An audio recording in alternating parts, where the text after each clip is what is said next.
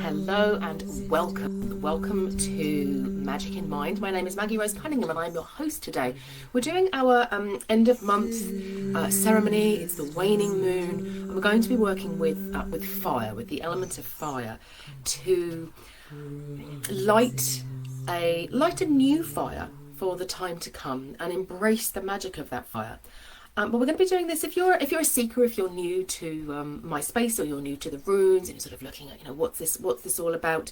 I'm going to be introducing you to some of the fire runes and how we work with them and how they can offer us different symbolism for working with fire and crafting your rituals.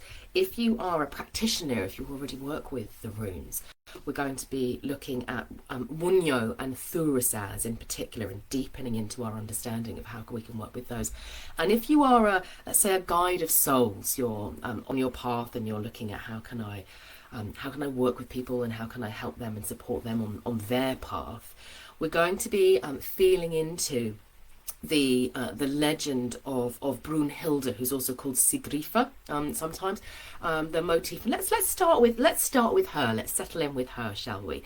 So she has two names because there are let's say a collection of stories that come from the Eddas, and they also come from the Germanic peoples. They've been handed down in many different ways. One of the ways in which you might know this story is Sleeping Beauty. It's probably one of the most modern iterations of this tale. But the piece that I wanted to draw out comes from the Eddas, and in this she's called Sigdrifa, and the hero Sigurd, who's also sometimes called Siegfried, comes and he finds a Valkyrie. Now, in some of the tales, she is trapped in a circle of flames, and in this particular one, she is said to have armour that has encased her body and has become so sort of like rigid around her body that her skin has grown over it. And you can feel within this the Sleeping Beauty, where we have the circle of thorns. We have the castle that she's in some of the tellings. Brunhilde or Sigdrifa is also in a castle. And but this idea of the thorn wall through which the hero, who will save her, obviously, in these modern tellings, has to Siegfried, or Sigurd as he's called, he cuts through the armour and he releases her. Now, in this, the reason I've chosen this particular telling is because I find it sort of a bit more comfortable in many ways, is that she emerges and she shares with the hero knowledge of the runes, her very significant and very profound knowledge of the runes. And it's almost like there's an exchange there. You've freed me and here's the exchange, or you've passed some form of test in some way. You've demonstrated your skill, your pathway, and here's my knowledge and my wisdom. Now, in a lot of the later tales, culminating perhaps in Sleeping Beauty, the heroine, this trapped female, becomes more and more a lover, a focus as a lover that the hero rescues and then they marry, and all of these things will go on. And there's lots of different motifs. So in some, she says, I will only marry a man who shows no fears. And her patron, prior to her being released, is Odin, and she's said to have displeased Odin. There's lots of different ways in which she displeases Odin. And the idea is that in some, she she fails him. He says, go and make sure this battle goes in my favour, and it doesn't work. And others he wants her to marry, and she says, no, I will only marry a man without fear. And so the hero gets to prove himself, over and over again, I am a man with no fear. And then various different iterations of the story unfold that mean that after this great love emerges, she's been free, this great love emerges, that she ends up orchestrating his death and then her own, which I'm less fond of.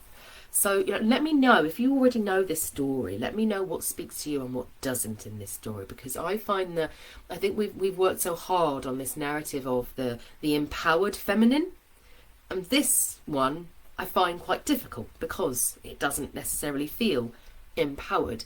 And as Odin is my patron, I sort of he can feel a little bit petty in some of these legends. I haven't experienced him that way, so it doesn't sort of feel congruent with my experience.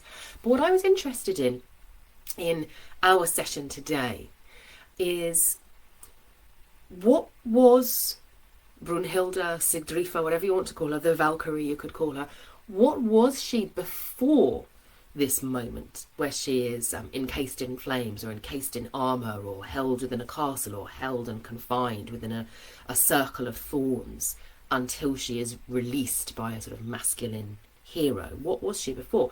And this is why I loved it when she emerges and she shares all of this this rune wisdom, this rune knowing, is that it suggests a life before this. And this is what I wanted to bring us to in thinking about lighting the fire and embracing the flame, because this is what I took from this, and we'll look at this a little bit more, is that Sigdrifa was a woman of passion. You know, she was a Valkyrie out there in the world, following her own star, dedicating herself to Odin, learning all of the rune knowledge, going with the teachings of Odin.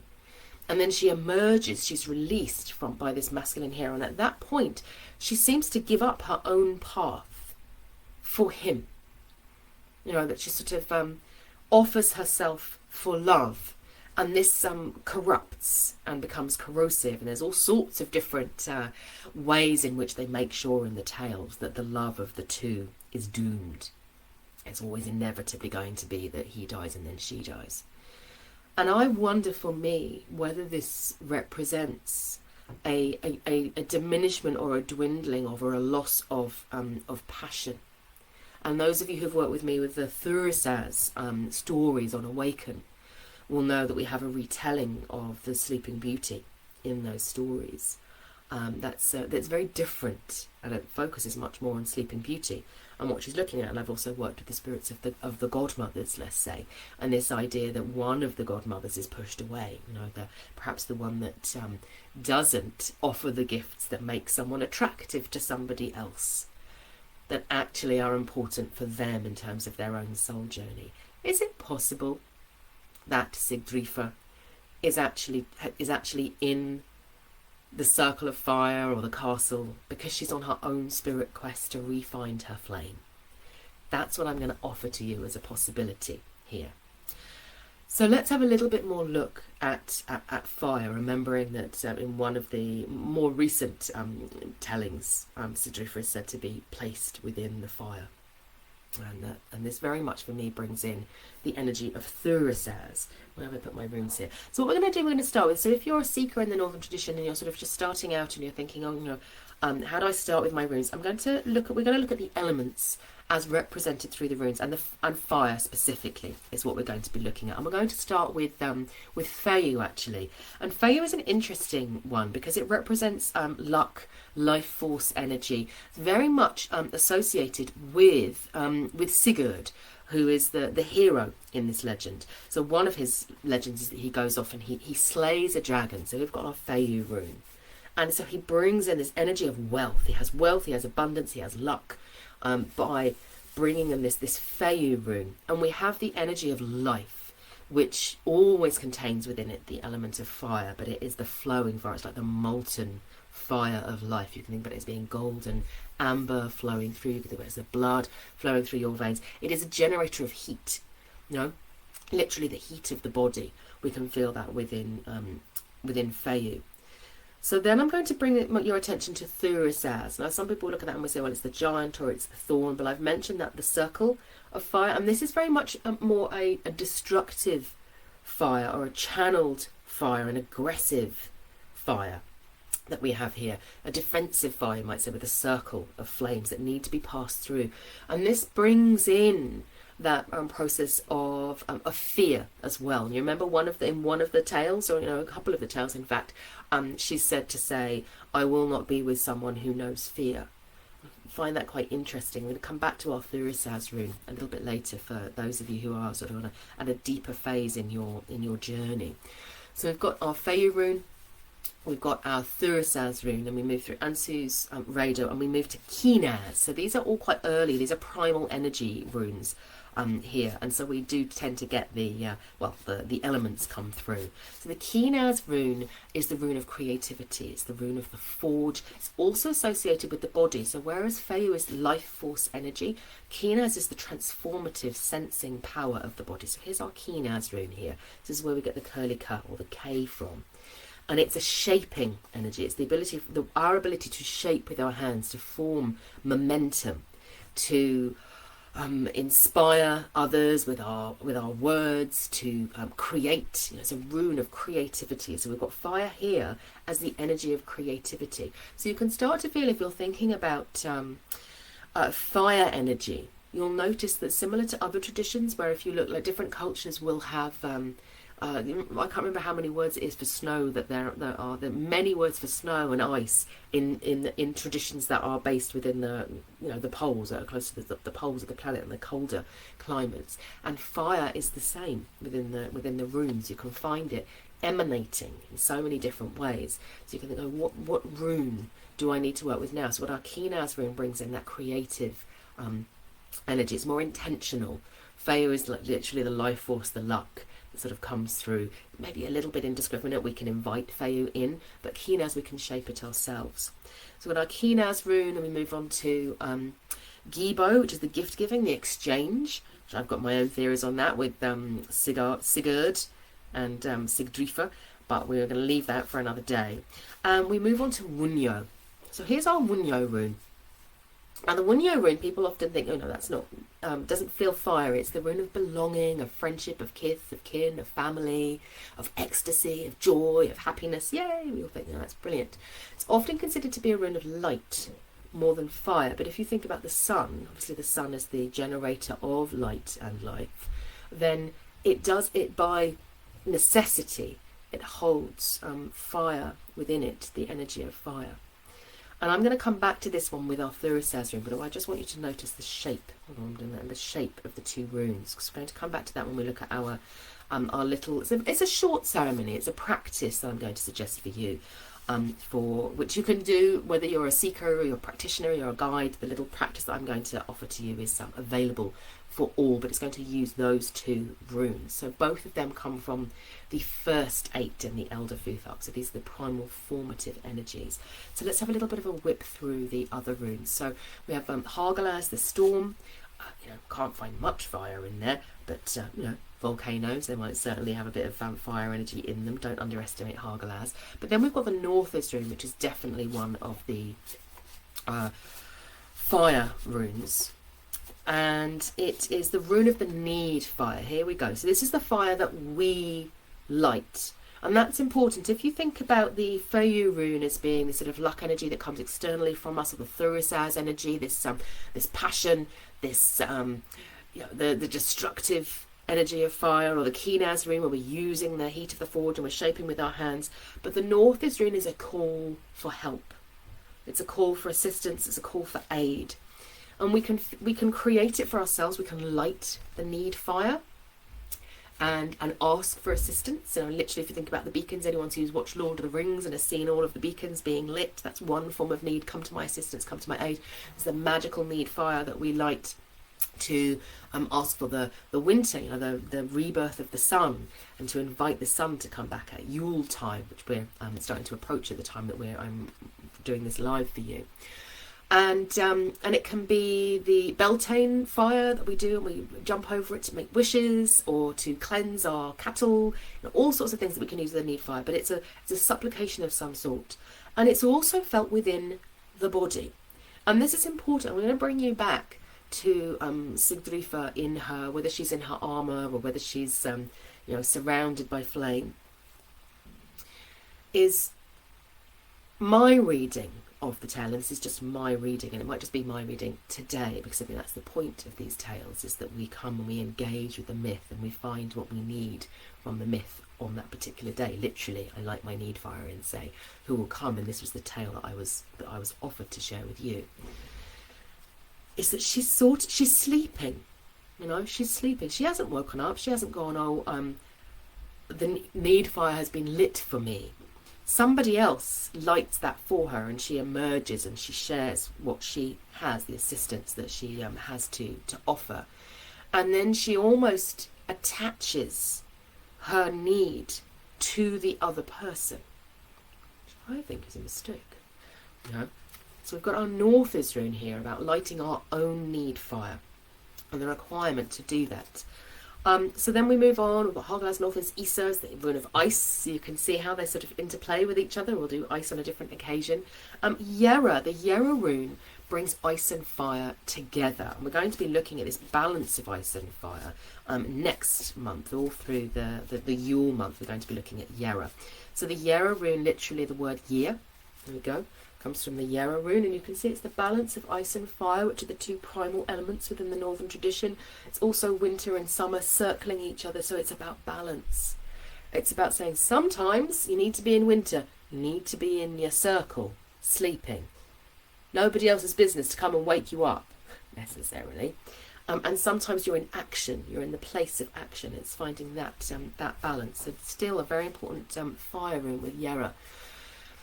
Then we have Iwaz. So Iwaz is the rune of the world tree, and of the staff, and of defense, and of strength, and tenacity, and endurance, and all of these qualities. Here we go. One of its kennings, one of the creative descriptions for the Iwaz rune is fire's keeper. So sometimes when the fire beds down, it's held within. So you could think about this as being the sap that withdraws in winter and comes into the heart of the tree, and the tree holds its fire. You can think about it as being a container, which would often have been of yew wood, because it doesn't catch very easily. So the embers from the previous night's fire might have been put into a yew wood container so that they can be used the next morning.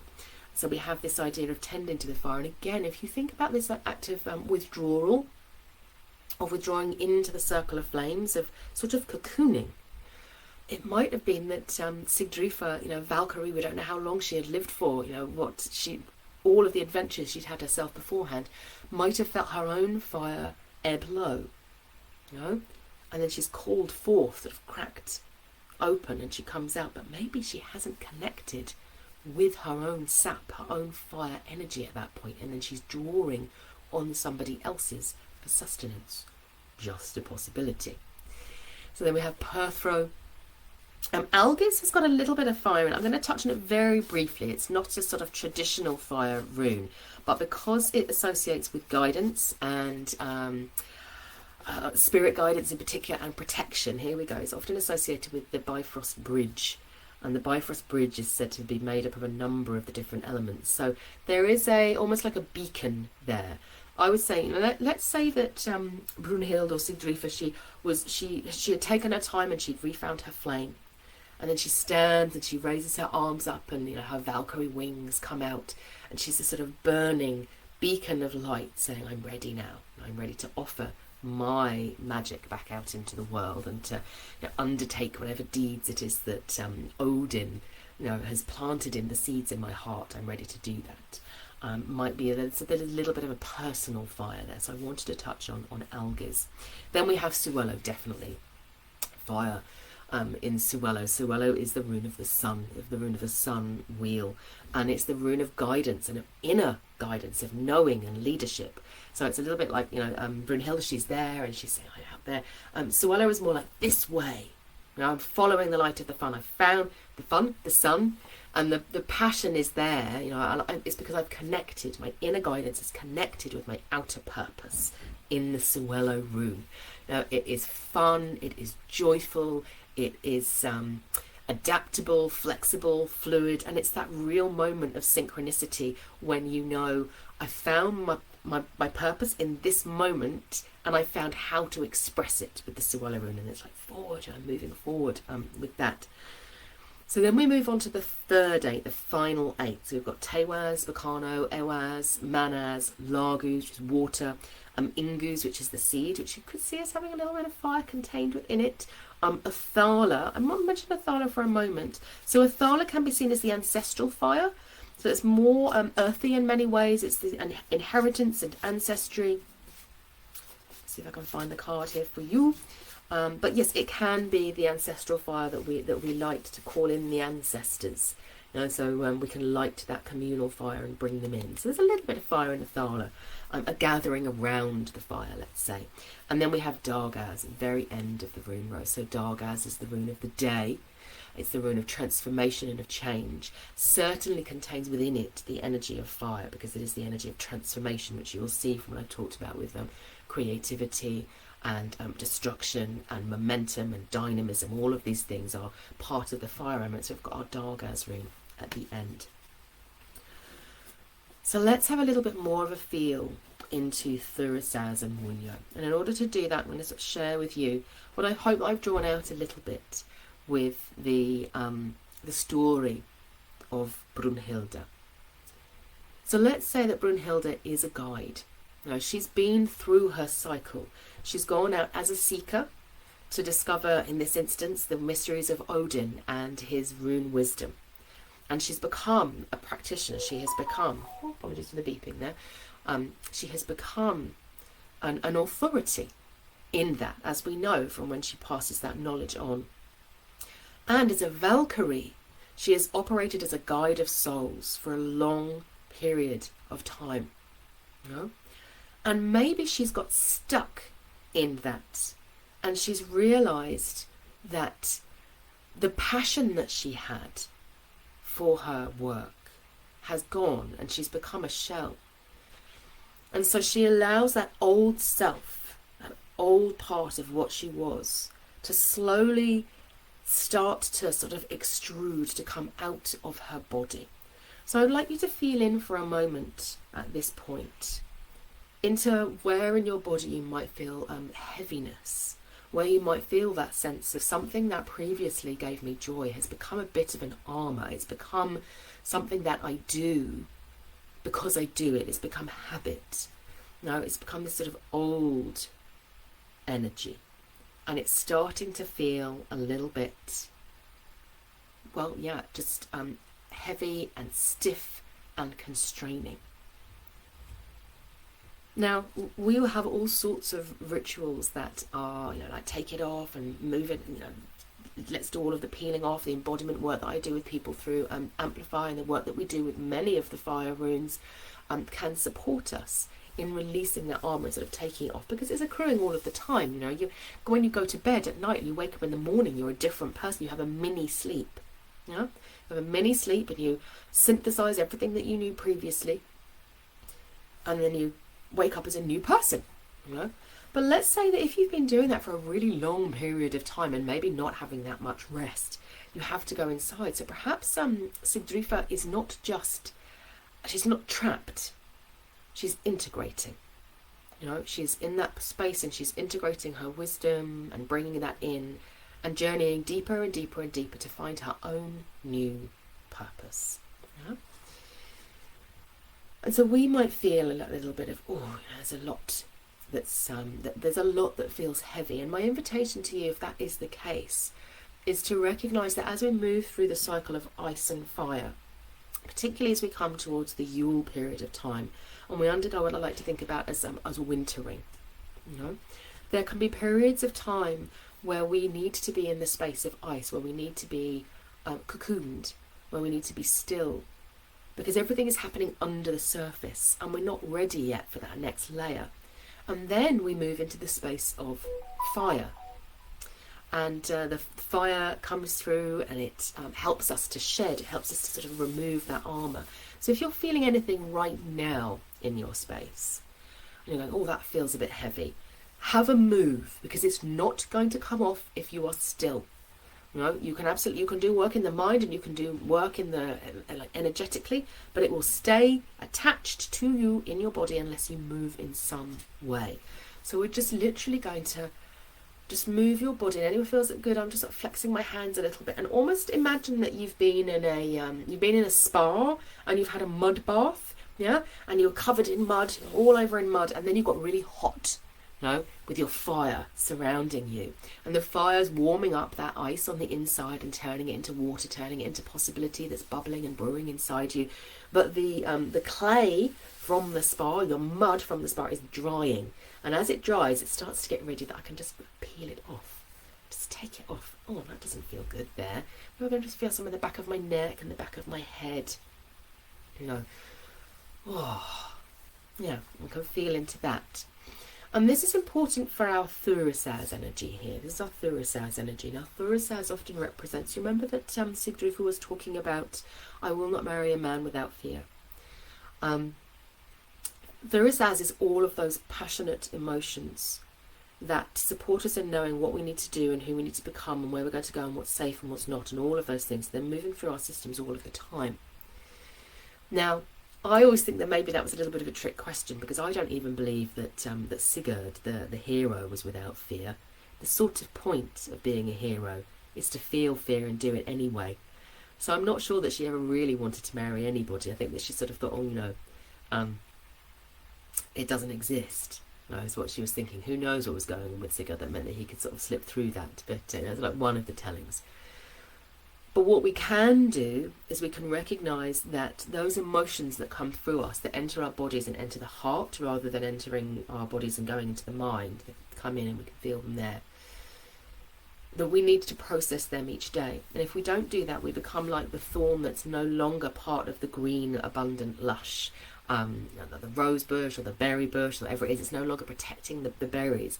It's become separated from the life force energy. It is that energy of the thorn, but we can have the old, spent, brittle thorns, and we can have the new, fresh thorns that represent what's actually happening for us in the moment, rather than residual energy from what's happened to us before. So again, if we go back to Sigdrifa, one of the things that she might have been doing in her circle was doing that processing of saying, you know, I've been around for a long time, I'm an ancient soul, and I have become jaded. I'm carrying too much weight with me. And I need to do that work of like releasing the thorns. And I think there is a point here around that we need to do that ourselves. We can ask for support. But the thing with the Sleeping Beauty tale is that it's a rescuer energy, isn't it? It's a rescuer energy. And maybe we needed that at a certain point in our evolution, in our cultural evolution. But now we're looking much more at a collaborative energy, and of every person standing within their power. And I think whenever I'm in doubt, I always turn back to the runes. So I was looking at the Thurisaz energy. So the Thurisaz energy is from the earliest part of the Elder Futhark. You know, we've got the Feu with its life force energy flowing through. We've got Uruz with that deep formative natural energy, and we've got Thurisaz, the disruptor, that brings in all of these things around protecting what's already there and then destroying what's already there so that something else can come about, and the introduction of time and all of these things, and change, you know, comes through with the Thurisaz rune. Which brings me to our Wunjo rune here. So you see the Wunjo rune. The Wunjo rune is the rune of joy, and it's the exact same shape. It's just that the triangle has moved from being in the centre here to being up, to reaching up, and it's telling that this is Odin's rune. This is one of Odin's runes. If you think about that sense of Sigdrifa being an emissary of a sort of Valkyrie connected to and attached to Odin, she'd found her path. She'd found her sense of belonging. She'd found her passion. Now, in the Northern tradition, we think about that place of passion. It's called the Willa. W-I-L-L-A, which we might think as being the will. But to me, the will is a combination of Thurisaz and Wunjo. Now, and then it brings in some of the later runes. It brings in Suwelo and Manaz as we grow and we develop. So what starts this energy of my will is to live with the Thurisaz rune, it's just to survive, you know, it's to get through, becomes my will is to be in community, my will is to connect, my will is to contribute. You know, all of these things grow with the will, and sometimes you have to go back inside and go, I've lost my way, you know. And we can't just look for a sign that says Maggie, this way is yours, or Sigdrifa, this way is yours, because if we don't know who we are, we don't know which signpost to follow, you know. So I think that Sigdrifa was in a process of finding out who she was again, and that when we get the Wunjo rune, it is the first rune that we encounter that speaks of that sense of deep belonging with others, but also with ourselves. You know? And then we have other initiations that come after in the later runes. And so this has inspired the little practice that I'm going to share with you for today, which I find very helpful for those of us who are almost forced into the energy of I must push through, I must drive forward because life is really hard and I have a purpose and I have responsibilities and I have like duties and I've made commitments. You know, all of those things can be there. You know, if you're a purpose-led soul, if you care about the world, if you're trying to do your best, then we can get into that energy of sort of pushing forwards. And that's when we start to get the armour starts to come, because our energy body, our spirit, our soul knows, you know, we can't carry on like that forever. So what we do for this practice, you can light a flame if you want to. I don't have a flame going, and that's because if lighting the flame, you light it as a separate entity to yourself. So you sort of say, thank you for being with me, you know. But what you're not going to do is say, thank you for guiding my way, because that is immediately sort of saying, I'm looking for something external to me to help me to find my right way. So we can honour the spirit of fire, which is certainly present in this, by lighting a flame. I've got my candles here, and I may well light it afterwards to give thanks for this practice and to say, you know, thank you for being with me. But what we're looking for is the flame inside. We're looking for the flame inside, and we're recognising that the flame inside needs fuel, it needs sustenance. So the Thurisaz rune is the rune, I always think of it as being the rune of the heart. You know, so my heart's there and it's full of the fire, but where is it getting its energy from? And so what we do is we do a rooting process, remembering the first man and the first woman, and that Sigdrifa is, in one of the tellings, she becomes mortal again as part of this. She is a Valkyrie, but she becomes mortal again. She becomes fallible, I suppose. Interesting, bearing in mind that Odin is mortal. That why is it that Sigdrifa wasn't before? But you know, this sense of her vulnerability, she becomes vulnerable again. So she opens it. We open into our heart centres to begin the process, and you might want to close your eyes for this. You might want to place your hands over the heart, and remembering that as a mortal, as a human, Sigdrifa must be descended from the first man and the first woman, Askerd and Embla, who were trees. And so we root now. We feel our roots growing down, just like the beautiful rose bush or the berry bush. We allow our roots to go deep, deep into the earth. And you might connect with the earth as it is beneath you. You might notice if there's some rubble or some hard rock, or if the soil is clay-like or sandy. But then you go deeper and deeper still, and you feel that lush, loamy soil beneath, and the bones of the ancestors, and then deeper still into the places where the rocks have started to form into crystals. You might find watercourses beneath, deep, deep subterranean oceans, and your roots are still going deeper and deeper down into that warm fire, you know, the geothermal energy of the earth that warms the bones. And as you breathe into it, you can feel that warmth moving into your feet and up your legs. It's going all the way to the heart, and it is filling the heart with warmth. But still you reach down even further to where there was a greater heat, a greater potency, greater fire, the magma sort of flowing, golden magma, and then the reds and the oranges and the yellows and the brilliant white at the centre of the earth. And you keep on drawing that fire energy up so that it's filling you, and it's becoming a bit feu as it moves through your body. But where it's mainly going is to Thurisaz's heart, you know?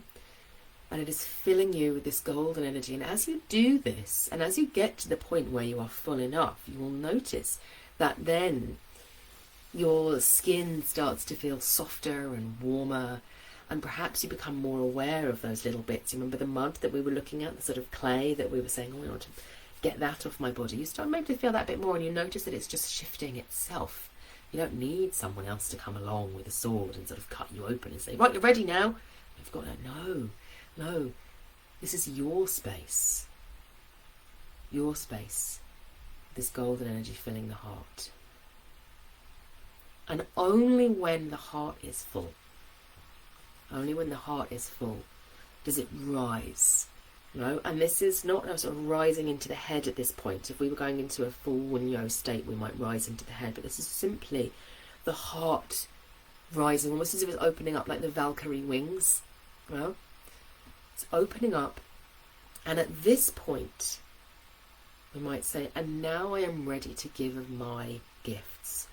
And you might, with your hands still over your heart, you might feel your heart filling, and then your hands filling with the fire energy until you are ready to offer to the universe your fire energy, your unique gifts, your passion. Remember that sense of passion. You can offer that out into the universe. And I like to believe that every single time we do that, to think about the sparks of the fire going out, they venture out and they find maybe the flame that you've lit beforehand, or the new seed of possibility. And they ignite them, and they draw you out of yourself into the new possibilities for the future. But if we haven't lit the fire within first, we can mistake somebody else's fire, somebody else's vision, somebody else's being as our passion. Which is what brings me back to thinking about Brunhild or Sigdrifa and Sigurd. That perhaps when he releases her from her cocooning state too early, she's got some of that fire, she's got her knowledge, she's got everything that she had before, but she hasn't finished her journey of reconnection into herself. And so she becomes totally reliant on his fire, on his dream, on his passion for her sense of identity, for her sense of herself. And that brings me, I said that I would talk a little bit about the guide as well, didn't I? You know? That as practitioners we can draw on these practices, we can work with our runes, we can explore the stories.